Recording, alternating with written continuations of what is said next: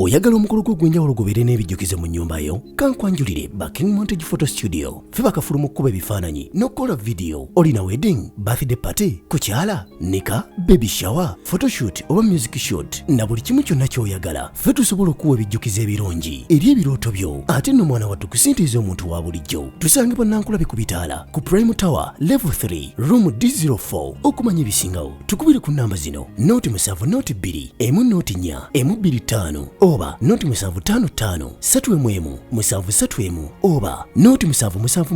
noti 23 4 noti 5. King Montage Photo Studio. Ffe tusobola okuwa ebijjukize ebirungi ate nno mwana wattu kusintiiza omuntu wa bulijjo. Kale eyo nga tuvuddeyo tukiire wansi kuba Grace Kani so emezi baddemu eyo baby shower naye ebyenako oba ebyembi omwami we yeegaana olubuto era yavayo n'atugamba munno taata w'omwana tetulina munno nooza kubanga taata w'omwana yakola ki yalwegaana olubuto lwe. Abasinga bali bavuddeyo nga bagamba mbunno omukulu amanyiddwa nga Prince Omaro manyi omuyimbi omwana we Idinda nti yayinza okuba nanyini tulino ne Prince Omaro twamukolako interview n'avayo n'akakasa n'agamba Grace Kani tamumanyi tamuwuliranga nako tabatetumanyi na muyimbi era n'ebyoludo takwati tabimanyi kati ku bantu abeegaana embuto z'abakazi. Ekisooka tusooka kubuuza yamugenda n'amuwasa ne babagatta mu kyaki oba muzikiti oba jakkiririza yonna bwe kiba nga si bwe kiri baffe obusiraamu bwe ekitiibwa eddiini kiri omuntu wasiramuka ng'abadde yawoowebwa eri bamugatta mu kyaki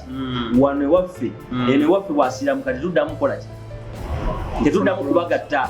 kyaggwa dda kyaggwera eri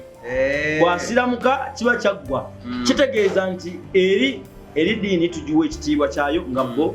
era Nabisalama yabateekangamu ekitiibwa kyokusiramukako omuntu eri byeggwera eri naye newaffe ebirala. Ekisooka nyala otegeeza Grace Kani amanyi taata w'omwana omutuufu amumanyi. Ekyokubiri musajja gwe bw'oba omu amagezi omusajja wabaamu amagezi ekituufu kubanga ebyuma olwaliro weebiri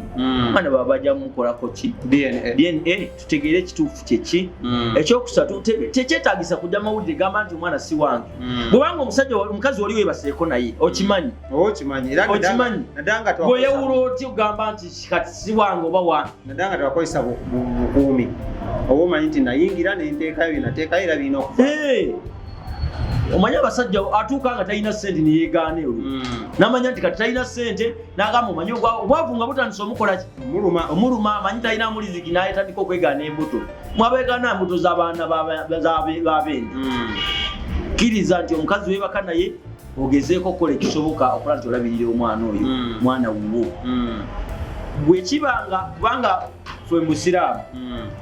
ni bwankubadde shariya egamba nti omwana w'obwenzi aba wa maama taba wa taata. Lwaki aba wa maama ng'ate maama si yamuzaala yekka? Anti maama yalema okukola obuvunaanyizibwa obugenda okumugatta kuba gwe okola ekisembayo gandi ono musajja bw'aba tampooye sirina nsonga naye nfuna bulungi bw'atumala okumuwoowa ebisigadde biba byammwe babiri. Singa omusajja Allah agezesa n'afa ngo era tuyita maama w'abaana ng'omusajja afudde nga tumubuuza tulaga abaana b'omusajja be yakuzaalamu ng'amaze okuwoowa n'alaga abaana babiri n'agamba nti naye bano abasatu bo nabazaala tannabakumpasa bano tusooka nitubaza ebbali ne tugabira bano emaali neggwawo bali ne banoonya gye balaga. Nfuna bulungi era abatali mu buwoowe abo tubata ne bagenda ku byabwe kubanga tetubamanyi obusiraamu tebubamanyi maama waabwe abanoonyeza sente ezibalabirira oba gwe taata w'abaana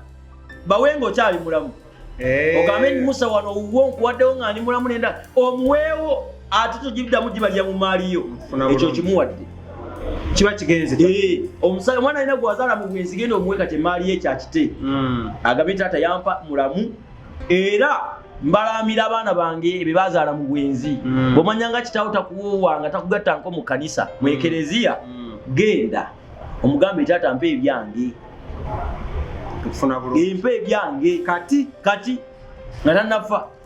So abasajja abeegaana embuto oba w'amagezi oba abakazi abalina embuto ze beegaanye badde basigale ku basajja baabwe babate bakireke ekyo kigenze essaawa eno ekiriwo kunoonyereza ekituufu ekiriwo naye singa luzuuka ng'olubuto olwo kisajja gogenda kuswala ate singa kizuuka ng'olubuto si lulwo mukazi gogenda kuswala nnyo bannange kiba kirungi okwesiga munno ne mubeeragana mwenna n'omuwasa mu butuufu ne muwangala mwenna saba Katonda abantu tukola ensobi ng'abantu kituufu tukola ensobi zaffe ng'abantu naye bw'omala okukola ensobi ate toyongerako nsobi ndala wamala okugira ku mwana w'abendi omaze omwebakako omaze omuzaalamu omwana ate omweganye ate era naabonabona emirundi ebiri kiba tekikola makulu kiba kirungi okutwala obuvunaanyizibwa bwo ng'omusajja nolaba ekiddako kale awo wennyini nga tunagenda kukyekuumana banya atukoleko ku eno story ya efulumidde mu mpapula z'amawulire eya pasita Manjeri omumanyi bulungi era ono omukyala abadde alina ebizibu ne famire ye emabegako awo naye eggulo yavuddeyo amaziga ne gakulukuta ne gamuyitamu amayitirivu ennyo oluvannyuma lw'okuba nga yadde alina okutottola ebintu byayiseemu ebizibu byabba byayiseemu manyi bba ensonga zaagira ne zigenda ngaolaba eza pasita Bujingo kyaliiwe ennyo naye zaagira ne zigira so munnange njagala yogereko ku basumba naddala bannaddiini abavuddeyo ate amaka gaabwe ne gakola ki ne gasattuukuka kino kigende eri bannaddiini mwenna okusookera ddala mu abantu bye balabirako okulaba nti evuddeko ekisookera ddala kino kigende eri bannaddiini bonna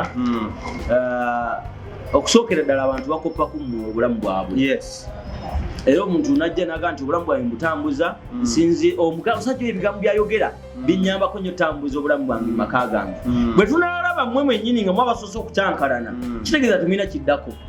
mugenda goba abantu mu Katonda bakambe olaba bano abantu ba Katonda bennyini abasookerwa akate basinza okukyankalanya ate ffe so mbasaba mulimu amagezi manyi obuzibu okutegeera si kwa buli omu so newankubadde okumanya kusobola buli muntu asobola okumanya naye ate okutegeera kizibu omuntu asobola okubeerawo nga mumanyi mu Katonda amanyi Katonda naye nga mujega musiru ng'abulamu mukama musumba omulamba yakoze ebyo nga musumba mulamba yakoze ebyo kyeva eddiini y'Abayisiraamu yateekawo okubanga osobola okuwasa omukyala asukka mu omu bw'oba n'obusobozi baali beewala bino byakubeera nga amaka gatataganyizibwa ebiseera ebisinga abakyala abamu tebakyagala ekyo naye kyekituufu tosobola kuba n'abakazi babiri ne batanywera mu maka oba basatu kubanga ono ajja kufaayo okulaba nga anyweza amaka ge Nabi Muhammad sallallahu alaihi wasallam yalina abakazi baali bangi naye sahaba omu yali yabeeranga makombaka Muhammad sallallahu alaihi wasallam atunyumiza nti agamu ku maka ga Nabbi omukyala yafumba emmere bamala okugifumba n'agiweereza mu maka ga mukyala mukulu mukyala munne n'agamba bagimutwalira aliira eri kati ono aba aleeta ekibakuli agenda kitwalira Nabbi omukyala abuuza Aisha abuuza emmere yaani eno nti ya Nabbi naye maama gundi yagimpadde ngireete n'akuba ekibakuli ne kigwa ekyo nekyatika lwaki buba kiki buba n'agamba wano tetufumba oba eno tetufumba mmere Nabbi yali wali sallallahu alaihi wasallam Nabbi yali yasinga okuba nti yali amanyi obulamu bw'abakyala n'enkwata yaabo n'enzikiza y'omuliro Nabbi sallama n'alinnya ku muliro yakola ki kyeyakola sallallahu alaihi wasallama